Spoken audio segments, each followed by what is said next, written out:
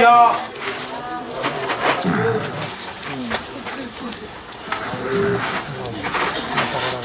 Voilà, gloire à Dieu. Voilà, nous avons dans les cieux un Dieu qui connaît tout, qui voit tout, qui sait tout et surtout qui peut tout. C'est un Dieu qui change les temps, les circonstances. C'est un Dieu qui ne traverse pas les temps, mais qu'il est le temps, qui règle le temps, qui peut toucher n'importe quelle vie, changer n'importe quelle vie au moment qu'il le voudra, selon qu'il est écrit. Au jour favorable, je t'ai exaucé, au jour du salut, je t'ai sauvé. Le jour où il a décidé, quand c'est le temps favorable, c'est-à-dire le meilleur de tous les temps pour toi. Je crois que ce soir, pour certaines personnes, ça peut devenir le temps favorable. J'essaierai pas d'être trop long. Ce soir, je sais que les journées sont longues et que vous êtes aussi très très fatigués. Et puis nous, on a une limite pour rentrer à l'hôtel parce que l'hôtel n'est pas payé. On l'a eu par téléphone et le Gaudjo, par gentillesse, il nous attend. Donc, on ne peut pas se permettre de rentrer à l'heure qu'on voudra. Et je suis à ce moment dans le 2e livre des rois. Et il nous est parlé de 2 hommes, un qui s'appelle Élie et d'autres qui s'appellent Élisée. Élie signifie Dieu est mon Dieu. Élisée signifie Dieu sauveur.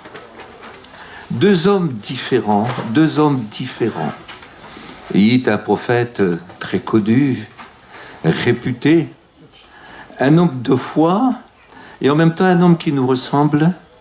Il était de la même nature que nous, mais voici, il est rendu ce témoignage à son sujet. Il pria, il priait. L'avantage de prier. Ce n'était pas un homme qui pouvait, écoutez, ne pas vivre sans rencontrer des obstacles et des difficultés, même parfois en avoir peur et avoir besoin du secours de Dieu, d'un secours de Dieu particulier. La peur a tellement été grande à un moment où il a voulu abandonner son ministère et il a voulu mourir. Vous connaissez cette histoire, je ne rentre pas dans tous ces détails-là. Et nous savons que la peur est très mauvaise conseillère. Et même quand on s'appelle Monsieur Élie, eh bien, écoutez, quand la peur, elle vient, l'épouvante se présente. Et puis quand l'épouvante est venue chez nous, il se passe qu'on devient insensé, c'est-à-dire on n'est plus dans le bon sens. On marche à contresens. Parce que la peur, ça donne des ailes. Et la peur, souvent, peut nous éloigner de Dieu. On lui voulait pas faire de compromis, Élie, avec l'ennemi. Non, il voulait tout simplement mourir et arrêter son ministère. Dieu n'est pas d'accord avec ça. Dieu, écoutez, on doit continuer avec lui jusqu'à la fin.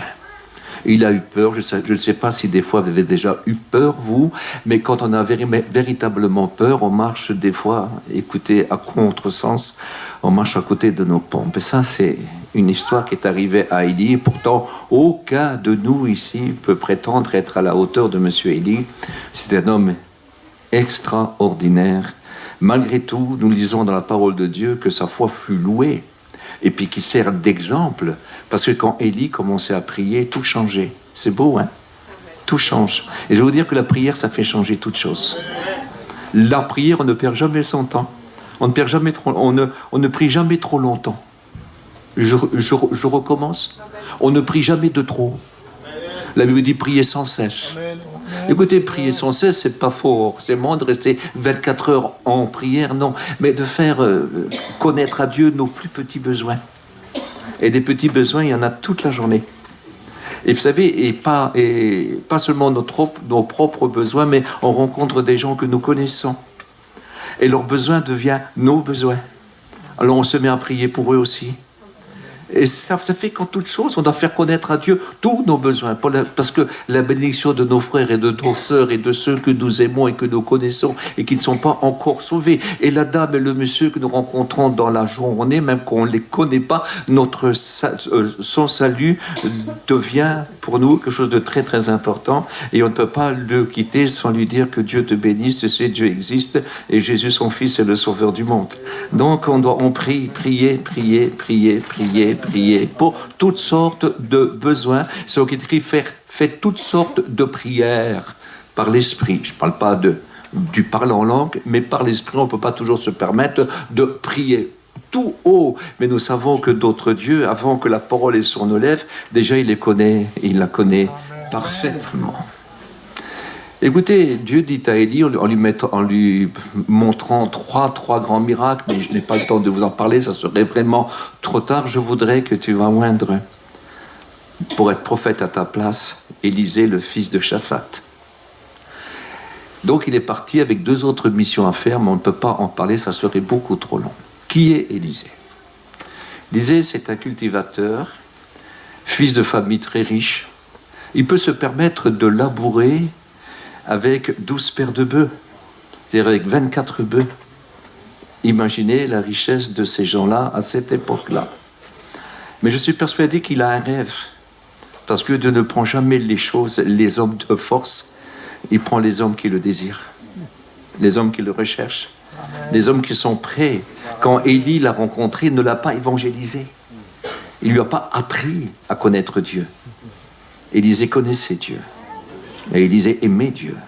Élisée était attaché à Dieu. Et puis Élisée a passé à côté de lui alors qu'il a bourré avec ses 24 bœufs, et il a pris son manteau, puis il l'a jeté sur lui, et il lui a dit, souviens-toi de ce que l'Éternel fait pour toi. Oh, c'est sûr, il n'a pas pris cette parole à la légère, il a compris. Il a compris qu'il fallait qu'il laisse tout et qu'il se mette à suivre Élie. Et il a compris que Élie deviendra son maître et que Élie devra lui apprendre beaucoup de choses. Pourtant, nous savons ce que Élisée deviendra. Il deviendra 2 fois plus loin. Une onction 2 fois plus grande que celle de Élie. Mais il est parti. Et si l'élève dépasse le maître, ce n'est pas pour le maître un déshonneur, bien au contraire, c'est un grand honneur que Dieu lui fait. Et ça, c'est merveilleux, parce que nous pensons à demain, non? Est-ce que vous pensez à demain, vous? C'est très, très important. Alors ne vous laissez jamais à parler, même à ceux qui ont du mal à vous écouter, à vos enfants qui ont du mal à se convertir, ne vous laissez jamais de leur parler, parce que demain, tout peut changer. Et on ne peut pas dire oui à ce qu'on ne connaît pas, et on ne peut pas connaître ce que nous n'avons pas entendu. Et bien sûr, la plupart du temps, écoutez, nous devons l'entendre par ceux qui sont plus proches de nous. Parce qu'on ne peut pas écouter par quelqu'un qui ne nous connaît pas et qu'on ne côtoie pas. Donc c'est à nous à parler à tous, aux bons comme aux gentils, non? Aux injustes comme aux justes. Ne devons pas se taire. Élie a reçu une mission par Dieu. Il faut qu'il s'occupe de cet homme-là, de ce jeune homme qui à l'époque est un jeune homme. Il ne nous est pas dit qu'Élisée est marié et qu'il a des enfants. On voit au contraire qu'il vit avec sa famille, qu'il vit avec son père. Il est d'accord tout de suite. Il dit tout simplement, laisse-moi dire au revoir à mon père. Il va faire une chose, le chariot avec quoi il laboure, il va faire un grand feu avec. Et puis je ne sais pas si c'est 1 bœuf ou 2 bœufs qu'il va tuer, mais il va faire une grillade extraordinaire, puis il va inviter tout le monde, même les pauvres. Il va leur donner à manger parce qu'il sait maintenant qu'il est quelqu'un qui est au service de Dieu et pour toujours. Il oublie tout. Le char, les bœufs, c'est parce qu'il a plus de valeur. Il embrasse son père et puis il se met à suivre ce grand homme. Et puis ce grand homme a quelque chose de particulier parce que c'est un homme humble. Vous savez, c'est un homme très humble. Et il est un homme très humble. Et l'humilité, ça parle beaucoup, vous savez. Ça parle bien, l'humilité. Parce que l'humilité, c'est un miroir. Et puis, il n'y a pas plus beau que l'humilité. Et puis, Élie n'était pas un prétentieux ni un orgueilleux. Il était un homme humble. Quand il avait peur, il savait reconnaître qu'il avait peur. Mais il ne voulait pas vivre de cette peur-là qui pouvait faire de lui un lâche. Il demande à Dieu, prends-moi, fais-moi mourir. Élie, écoutez, on va en parler un petit peu, parce que c'est quelque chose de quand même beau d'en parler. Je ne vais pas rester trop longtemps, hein. Mais tout simplement, Élie, avant que Dieu lui parle, il était allé se réfugier dans le désert de Judée. Et c'est un désert qui est particulier parce qu'il est renommé pour les genêts à balai qui habitent là. Le genêt à balai, c'est un petit buisson qui pousse dessus des petites boules rouges. Et ces boules rouges sont remplies de spartéine. Et puis cette spartéine a quelque chose de particulier quand les brebis viennent là. Parce qu'il y a des saisons que même, vous savez, surtout au printemps, le désert est quand même souvent fleuri. Et puis, il tombe parfois de l'eau aussi. On y trouve aussi des oasis. Et surtout dans le désert de Judée. Et puis, il se passe quelque chose de particulier, que c'est infesté d'aspies, de petites vipères du désert, qui ne sont pas tellement grandes, qui ont la couleur du sable, qui ont une corne. Mais quand elles meurent, une brebis ou un chevreau, ils mourront. Oui, mais voici ce qui se passe. Vous savez, la nature est tellement bien faite. Voici que quand ils étaient mordus, bien sûr qu'ils avaient mal, mais ils allaient là, puis ils mangeaient ces petites boules rouges. Puis ils étaient immunisés. Ils avaient mal, mais ne mouraient pas. C'est beau quand même, hein? Non? Ils avaient mal, mais ne mouraient pas. Et puis Élie, c'est là qu'il dort. C'est là qu'il dort. Et puis lui, il a été mordu par une femme qu'on appelle Jézabel, c'est un monstre. Et qui veut le tuer, parce que ça, c'est une femme qui est une spécialiste pour tuer les prophètes de l'Éternel. Elle en a tué beaucoup. Elle est la fille du roi de Sidon. Elle a pour Dieu, écoutez, Astarté, qui est, selon la mythologie, la femelle de Baal. Quand on parle des poteaux d'Achéra, par exemple, on parle de Baal et on parle d'Astarté. Et puis elle était très très méchante, et le roi qui vivait avec elle, qui était le roi d'Israël, qu'on appelle Akab, était un lâche, et puis il laissait le gouvernement, écoutez, dans les mains de cette femme-là. Et quand elle dit « je vais te tuer », vous savez pourquoi? Quand il va faire mourir les 450 prophètes de Baal. Je ne rentre pas dans tous ces détails, ça serait beaucoup trop long. Mais tout simplement vous dire qui n'aurait pas eu peur de cette femme-là. Elle a l'armée d'Israël avec elle. Le petit prophète, bien sûr que Dieu l'a protégé par 3 fois. Je ne rentre pas dans tous les détails, ça serait beaucoup trop long. Mais tout simplement, ce que je vous fais essayer de vous faire comprendre, Dieu protège les hommes sincères qui ne veulent pas faire de compromis, qui préfèrent mourir que de faire des compromis. C'est beau ça, hein? Ça, c'est très, très important. Et voilà ce qu'est Élie. Un homme qui ne fait pas de compromis, il se sent plus capable, il a peur, il demande à mourir. Il ne demande pas pardon à des ennemis, il ne se plie pas devant lui, il ne veut pas pécher, mais plutôt mourir parce qu'il a peur, il ne se sent plus à la hauteur, mais il veut mourir en Dieu. Seigneur, prends-moi. Seigneur, fais-moi mourir. Je ne suis pas meilleur que mes pères. Il avait peur. Il avait peur.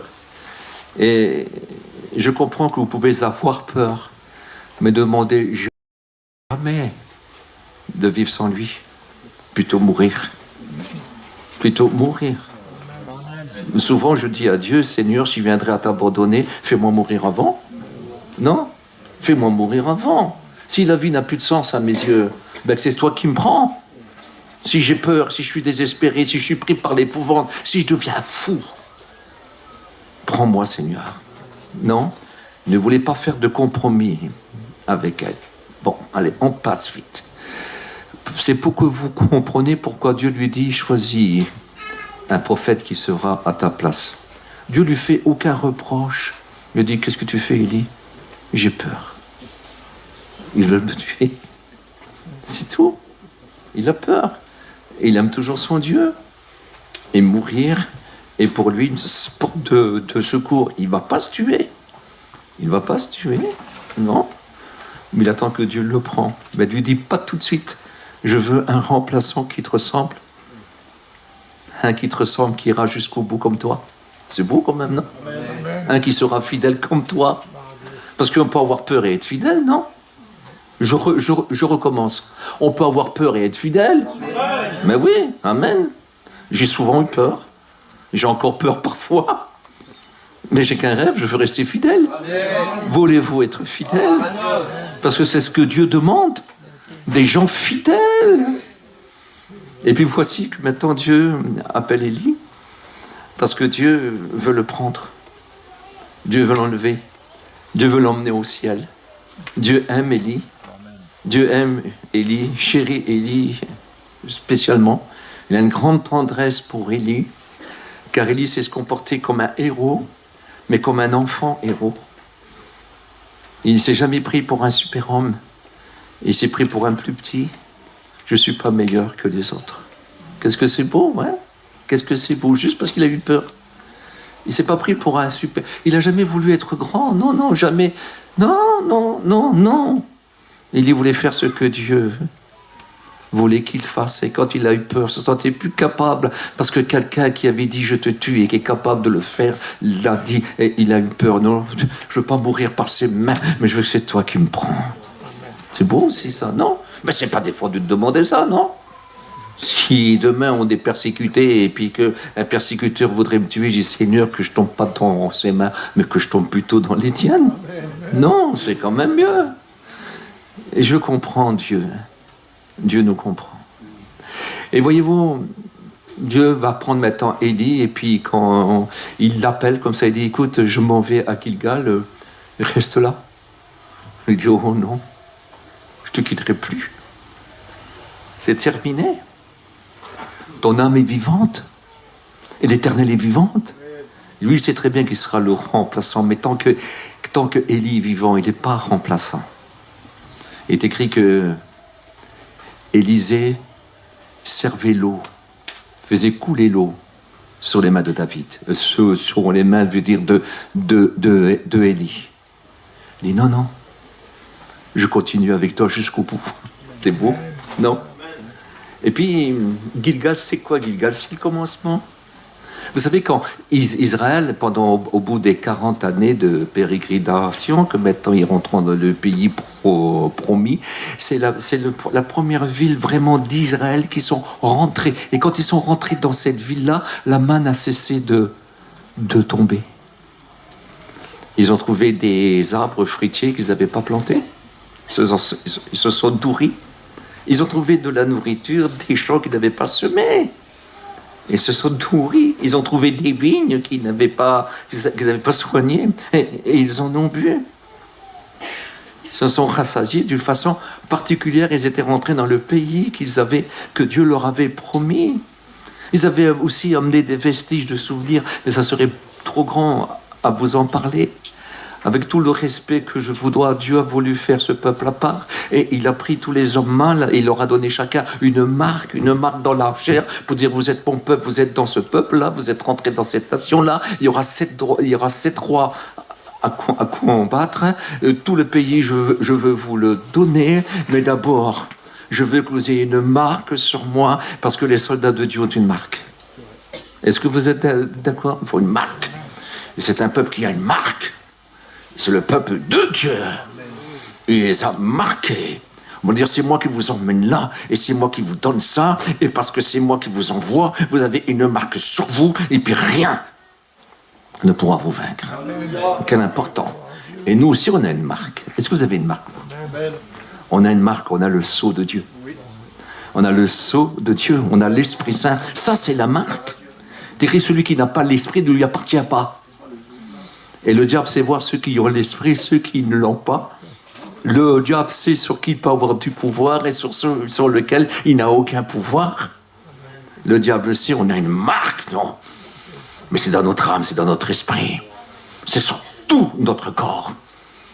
Parce que corps, âme et esprit, nous lui appartenons. Amen. Tout entier. Amen. Christ nous a rachetés pour Dieu son Père. Nous sommes un peuple saint, une nation, un peuple acquis, une nation sainte, un sacerdoce royal, une race élue. Voilà ce que nous sommes. Nous sommes le peuple de Dieu. Est-ce que vous le comprenez? Vous êtes le peuple de Dieu, mes sœurs, vous êtes les filles de Dieu. Mes frères, vous êtes les fils de Dieu. Et c'est une réalité. Et si tu n'es pas encore frère, le Seigneur t'appelle à le devenir. Parce qu'il veut que tous les hommes soient sauvés. Il désire que tu sois sauvé. Je passe vite. Et puis Élie dit, tu vas rester là? Parce que Dieu m'envoie, l'Éternel m'envoie à Bethel. Bethel signifie maison de Dieu. C'est l'instruction, c'est la connaissance, c'est l'école de Dieu. Il faut passer par l'école de Dieu. L'école de Dieu, elle n'est pas simple. Mais vous savez, déjà, si sur la terre, on a besoin, quand on veut être un soldat d'élite, d'avoir certaines classes. On doit apprendre des tas de choses. Parce que pour être un soldat, il faut penser comme un soldat. Je recommence. Un soldat n'imite pas un soldat. Un soldat pense comme un soldat. Et il agit comme un soldat. Et il a une vie de soldat. Et ça, c'est dans la maison de Dieu. C'est à l'école de Dieu. Vous savez que autrefois ça s'appelait Luz, et puis c'est Jacob, le fils de Isaac, qui a vu à cet endroit-là une échelle qui descendait du ciel et qui se posait sous la terre, et des anges montaient et descendaient. Vous savez que l'ange, ça signifie messager. Et je vais vous dire, à l'école de Dieu, on a les messages de Dieu qui descendent, qui descendent, et qui descendent, et qui descendent, et qui descendent, et qui renouvelent constamment. Est-ce que vous le croyez? Ça fait 50 ans que je suis chrétien, ça fait 50 ans que je suis à l'école de Dieu. Ça fait 50 ans que je suis à l'école de l'Esprit. Et puis moi, je monte aussi, hein. Mais t'es fou? Non! Approchez-vous avec assurance du trône de la grâce. Et je sais qu'il se trouve en haut. J'ai un nom dans le ciel. Je suis connu dans le ciel. Amen. Je suis un citoyen du ciel. Amen. Un habitant du ciel. Et en esprit, on a du mal à réaliser, parce que Dieu est avec moi, mais il est dans le ciel. Jésus est avec moi, il est dans le ciel. Et l'Esprit est avec moi, mais il est avec eux aussi. Ils sont toujours ensemble. Et je suis avec eux. J'ai une place au ciel. Et il dit, approchez-vous avec assurance du trône de la grâce. Sur le trône de la grâce est celui qui est assis à la droite du Père, celui qui a reçu tous les pouvoirs dans le ciel comme sur la terre. Il s'appelle Jésus. Et je m'approche de Jésus-Christ pour obtenir miséricorde quand j'en ai besoin, parce que j'ai un avocat auprès du Père si j'ai péché. Je ne rentre pas, ça serait beaucoup trop long, et je peux être secouru dans tous mes besoins. Le ciel n'est pas quelque chose d'étranger. Le ciel, je vais vous dire, c'est chez nous. Je recommence. Aujourd'hui, on le vit en esprit. Un jour, on le vivra pleinement. Amen. Est-ce que vous comprenez? Aujourd'hui, on le vit comme dans un rêve. Mais en réalité, nous sommes connus en haut et gardés par en haut, nourris par en haut, soignés par en haut. Je vous promets, hein, tout ce qu'on a vient de lui. Tout ce qu'on a vient de lui. Nous dépendons du ciel. Est-ce que vous dépendez du ciel? Riche ou pauvre, on dépend du ciel. Ce n'est pas un mal d'être pauvre. Ce n'est pas un mal. C'est parfois un honneur d'avoir une certaine humiliation. Parce que les pauvres écoutent facilement un pauvre. Vous trouverez des chrétiens, véritablement chrétiens, sur des cartons qu'on appelle clochards. Mais ils sont convertis. Et après, il en parle à d'autres, et il y a un autre carton qui vient à côté de lui. Puis ils prient ensemble. Et puis après, au lieu d'avoir des fauteuils ou des chaises, il y a plusieurs cartons avec des clochards qui prient ensemble. C'est beau ça, non? Quelle importance! Puis il y a des malades depuis 30 ans. Pourquoi? On ne comprend pas, mais il parle au chirurgien, il parle au docteur, il parle au kiné, il parle à l'ambulancier, il parle à tout le monde du Christ Jésus. Qui va leur parler à ces gens-là? Et combien ont connu l'évangile par des malades qu'ils ont soignés? Moi, je le crois. Puis il y a des rois qui sont assis sur des trônes. Vous allez voir un roi, vous? Non? Mais un roi qui est chrétien, mais il parle à un autre roi. C'est sa hauteur. Et c'est comme ça, tout est bien. Ne méprisons rien, le corps de Dieu est parfait. Il y a des choses honorables sur notre corps. Il y a aussi des choses moins honorables. Mais tout est utile. Est-ce que vous le croyez? C'est très, très, très, très important. Alors, il faut connaître l'école de Dieu. Qu'est-ce que c'est que l'école de Dieu? C'est de savoir où on doit être, savoir qui on est, savoir ce qu'on doit faire. Et rendre gloire à Dieu pour toutes choses. Que chacun se contente de la vie qu'il a. Que chacun se contente de ce qu'il possède. Ça veut dire ce que ça veut dire, ça, non? Que chacun se contente d'être ce qu'il est. Ce qui compte, c'est d'être un soldat. Amen. Un vrai soldat qui ne s'embarrasse pas des choses de la vie. Ça pourrait être trop lourd pour avancer, pour combattre. Il est habillé avec qui doit être habillé. Et il parle avec qui doit parler. Il aura la vie qui rime avec son combat, qui rime avec son témoignage. Moi, j'ai rencontré des gens qui, par moments, dans ma vie, n'étaient pas terribles. Je me plaignais un petit peu, mais j'ai rencontré des gens qui souffraient beaucoup plus, qui avaient une vie très, très difficile. Et puis, en les voyant, j'ai eu l'occasion de rencontrer des hommes de Dieu extraordinaires, même des étrangers de renommée mondiale que j'ai pu aller écouter. Mais là, j'ai vu des simples chrétiens qui souffraient, que c'était des chrétiens extraordinaires. Et moi, je me sentais tout faible, mais à côté d'eux, j'étais un roi. J'étais mille fois plus heureux. Et puis par leur position, par leur témoignage, par leur vie, par leur fidélité, par leur amour pour Dieu. J'étais repris plus que tous les plus grands serviteurs de Dieu à qui j'ai écouté des beaux messages. Rien que leur vie m'a donné de la force. Somme témoin, soyez mes imitateurs, disait Paul, comme je le suis moi-même du Christ. L'homme de douleur habitué à la souffrance, mais combien de gens qu'il a encouragés, combien de joie qu'il a apporté, non? Vous savez ce qu'ils disaient les apôtres? Nous passons pour être morts. Alors on apporte la vie à beaucoup. Nous sommes persécutés, ok, mais pas abattus, pas terrassés. Ils ne nous ont pas tués. Nous sommes vivants. Nous sommes les soldats de Dieu. Nous avons la vie que Dieu veut qu'on a.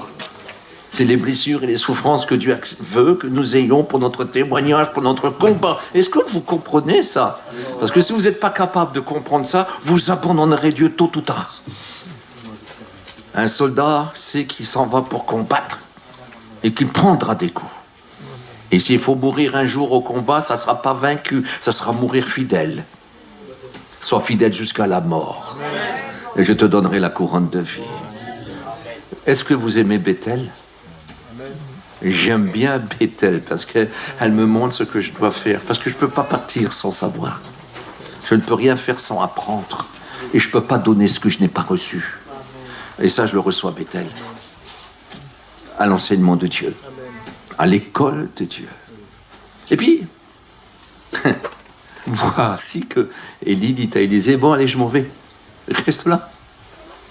Où tu vas? À Jéricho. Ah, ben je vais avec toi. Et puis, il y a les fils des prophètes qui viennent. Qu'est-ce que c'est que les fils des prophètes? Il y avait une école où on étudiait les prophéties, et c'est Élie le prophète qui a créé cette école-là. Et on étudiait les prophéties, et parfois ces hommes-là étaient saisis d'une façon incroyable. Vous savez, quand on étudie, par moments, il y a des mystères qui se révèlent, et puis il y a des prophéties qui se réalisent, des choses extraordinaires. Et voici que les fils des prophètes ont su que Élie allait être enlevé au ciel. Mais Élisée aussi le savait. Et puis ils sont allés trouver Élisée en disant, laisse-le, il va être enlevé au ciel, ton maître. Il dit, je le sais, taisez-vous, laissez-moi tranquille. Puis il a suivi Élie. La première des choses, on aurait pu dire, écoute, je ne veux pas le voir mourir, je ne veux pas. Non, moi, je veux le suivre parce qu'il sait que s'il veut être prophète, il doit le remplacer. Alors il faut qu'il le voie jusqu'à la fin. Il le sait très très bien. Et puis, les voici à Jéricho. Qu'est-ce que c'est Jéricho? Jéricho est appelée la ville des senteurs, la ville des palmiers. C'est un vrai petit paradis. Jéricho, c'est un climat tropical. En hiver, ça ne descendra jamais en dessous de 18, à moins que le temps se dégrade, malheureusement. Et puis, en plein été, ça ne dépasse jamais les 32. À Jéricho, vous avez des fruits toute l'année. Je recommence. À Jéricho, vous avez des fruits toute l'année. Les plus grosses pommes, les plus grosses oranges, mais alors comme ça, je les ai vues à Jéricho. C'est quelque chose d'exceptionnel. C'est la facilité, c'est le monde, c'est une station, vous savez, on va dire une station balnéaire, on peut appeler ça autrement, un petit paradis, une petite île. Je ne sais pas comment vous dire, c'est les vacances, c'est le doré, c'est la facilité, c'est la facilité, c'est là où on bannit la souffrance, c'est là où on fait ce qu'on veut, c'est là où on peut dire je n'ai besoin de rien, j'en ai assez. Comme l'église de Laodicée, et Dieu est obligé de la reprendre en disant mais tu ne sais pas que tu es pauvre, aveugle et nu, et je te conseille d'acheter de moi de l'or éprouvé. Dans leur ville, il y avait une petite rivière, on y trouvait de l'or. Je ne sais pas si eux, ils l'ont trouvé, mais c'est un endroit très très riche. Et il dit, je te conseille, achète-moi de l'or éprouvé. L'or éprouvé par le feu, ce sont les œuvres, parce que nos œuvres sont éprouvées par le feu. Il est écrit que nos œuvres sont d'or. Les bonnes œuvres sont faites d'or. Est-ce que vous réalisez ça? Aussi, il manquait de vêtements, alors qu'ils en avaient des beaux, des grandes filatures, et tous les officiers, tous les rois, tous les princes, tous les prélats, tous les hautes dignités venaient là pour s'habiller. Puis il y avait un collier extraordinaire. Parce qu'en Orient, on attrape des maladies, vous savez, comme des maladies des yeux. Ça ne vous fait pas véritablement souffrir, mais vous avez du pus, c'est une sale apparence, et ça pue. C'est ce que Paul a eu. Bon, on ne rentre pas dans tous ces détails-là. Mais tout simplement, il dit, vous êtes aveugle. Il dit, je n'ai besoin de rien. Il contemplait ce qu'il possédait. Ils en avaient assez. Ça faisait 6 mois qu'ils ne parlent plus en langue. Mais ça fait rien. Je n'ai besoin de rien. Je suis heureux. Je suis à Jéricho. Et ça, c'est embêtant, non? Ils ne grandissent pas. Ça fait rien. Alors, il parle toujours au passé. Avant, on priait. Avant, on jeûnait. Avant, on était gentil. Avant, on aimait tout le monde. Et aujourd'hui, c'est fini. Il y a trop de gens qui parlent de cette façon-là, ça devrait être mieux aujourd'hui. C'est pas un reproche. Et le Seigneur est obligé de dire à cette église, je me tiens à la porte et je frappe. Et si quelqu'un entend ma voix, j'entre, mais j'entre avec mon Père. Et on soupera avec eux, c'est-à-dire la vie sera avec eux. On veut s'occuper de cette vie-là. On préparera leur nourriture, celle qu'ils ont véritablement besoin. Parce que l'homme ne vivra pas seulement de pain, mais toute parole qui sort de la bouche de Dieu. Mais pas quand nous l'avons rejeté, Dieu, quand il est chez nous. Est-ce que vous réalisez ça? Alors, ils possédaient tout, mais ils avaient tout perdu. Le principal, les seigneurs leur demandent. Ils te le demandent peut-être à toi. Je me tiens à la porte de ton cœur. Je t'ai pas laissé tomber, c'est toi qui m'as mis dehors. Tu as dit, je n'ai besoin de rien, je frappe. Je dis, mais si, t'es pauvre, t'es misérable, t'es aveugle, tu es nu. Tu as besoin de moi. Il dit, si tu me laisses rentrer, si tu entends ma voix, si tu donnes de l'importance à ma voix, c'est ce que tu trouves que ce que je dis c'est bien, si ma proposition elle est honnête, si ma proposition c'est la meilleure, et oui, c'est la meilleure, laisse-moi rentrer. Et puis je vais rentrer. Mais j'entre pas seul, j'entre avec mon Père. C'est-à-dire, tu m'as perdu, mais tu as aussi perdu ton Dieu. Mais si tu me laisses rentrer, tu retrouves ton Sauveur, et tu retrouves ton Dieu. C'est pas beau ça? C'est extraordinaire. Allez, je passe vite. Et voici que maintenant, il dit à Élisée, reste là, Élisée. Et puis, je m'en vais au Jourdain. Le Jourdain, c'est une frontière? C'est une frontière. Gilgal, après, c'est la première ville, mais le Jourdain est une frontière aussi. Parce qu'il faut revenir à la source. On refait toujours le tour, hein. Toujours le tour, hein. Et puis, ces frontières-là, pour Élie, c'est une frontière un petit peu spéciale, parce qu'il faut qu'il la fasse, parce que de l'autre côté, il va être enlevé.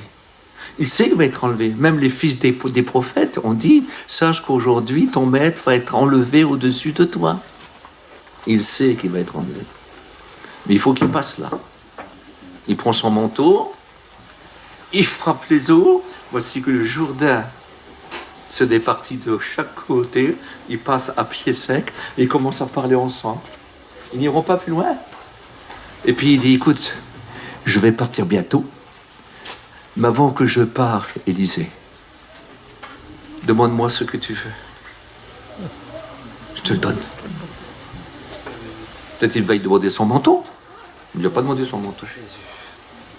Parce que je ne peux pas avoir ce que Dieu t'a donné à toi. C'est à lui pour toujours. Mais toi, tu peux recevoir un autre manteau. Un recouvrement, ton recouvrement. Ta force à toi. Ta force. Il dit, qu'est-ce que tu voudrais?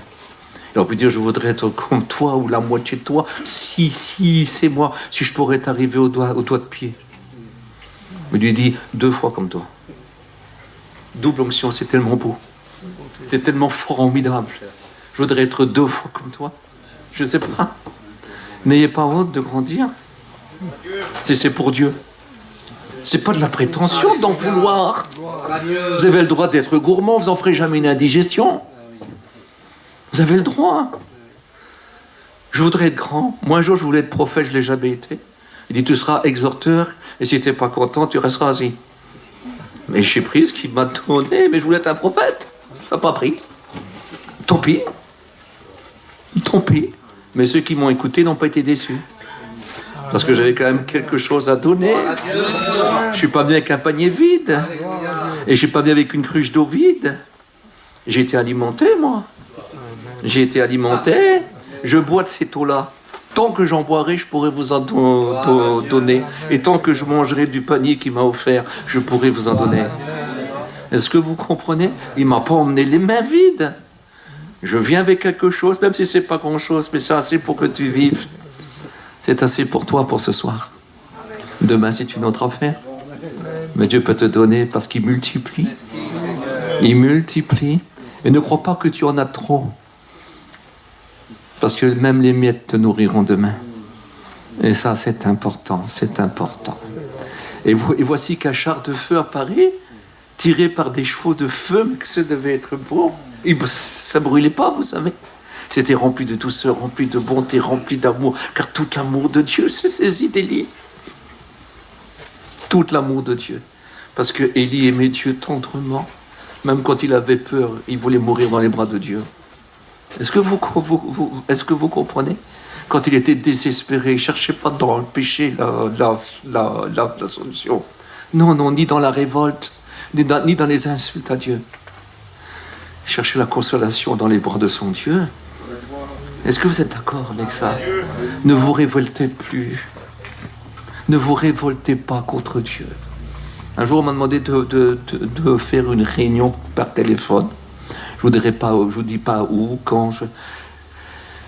Et puis j'ai eu envie de prêcher, ne vous révoltez pas. C'est un jour où j'étais triste et malheureux, et où ma douleur aurait pu me rendre insensé.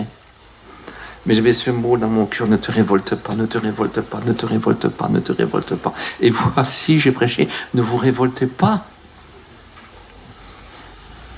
Et puis j'ai su, le lendemain, quelqu'un est venu se rajouter là. Et quand il a entendu le mot « ne vous révoltez pas », il est tombé par terre. Et a demandé à Dieu parce qu'elle était venue pour se révolter. Vous trouvez à redire. Et elle a été bénie. Elle a demandé pardon à Dieu. Ne vous révoltez pas. Quelle importance de ne pas se révolter. De ne pas se révolter. Peut-être que dans la logique des choses, tu pourrais te révolter en disant « c'est pas juste ce qui m'arrive ». Non, à première vue, ce n'est pas juste. Mais tu pourras dire « ce n'est pas juste si c'est Dieu qui te le fait », mais c'est pas Dieu qui te le fait. C'est la vie. C'est ici-bas. C'est les combats. Tu as un adversaire qui accuse même Dieu. Je ne contente pas de t'accuser à toi, il accuse même ton Dieu. Il a dit à Ève « Dieu est un menteur ». Il a dit non, vous ne mourrez pas. Donc il a dit Dieu est un menteur. Il a dit mais Dieu sait que le jour où vous en mangerez, vous serez comme des dieux pour la connaissance du bien et du mal. Alors, il a dit que Dieu était ingrat, que Dieu était égoïste, que Dieu était méchant, que Dieu était personnel, qui promet beaucoup mais qui donne peu. Je ne sais pas si vous réalisez ça. Il accuse Dieu. Il accuse Dieu. Je t'en supplie, au nom de Jésus, Dieu n'est pas l'auteur de tes maux, mais veut te bénir. Et il veut te secourir. On va arrêter là, on va prier. On va prier. Merci pour ta parole. Il y a de l'amour dans ta parole. Il y a de la vérité, de la justice. Il y a surtout de la compréhension. Il y a de la compassion. Tu es vrai, Seigneur. Tu es bon, pardon, Seigneur. Pardon, pardon, Seigneur. Pardon. Nous voulons lever, Seigneur, vers toi des mains pures, sans colère, sans mauvaise pensée, sans mauvaise intention. Parce que souvent, Seigneur, on peut être poussé à le faire avec colère et avec mauvaise pensée, avec mauvaise intention. Mais tu n'es pas l'auteur de nos maux, toi. Tu es le sauveur. Tu es le libérateur. Tu es la lumière. Tu es celui qui nous délivre. À toi toute la gloire dans le nom de Jésus. Amen. Que Dieu vous bénisse. J'aurais tant voulu continuer.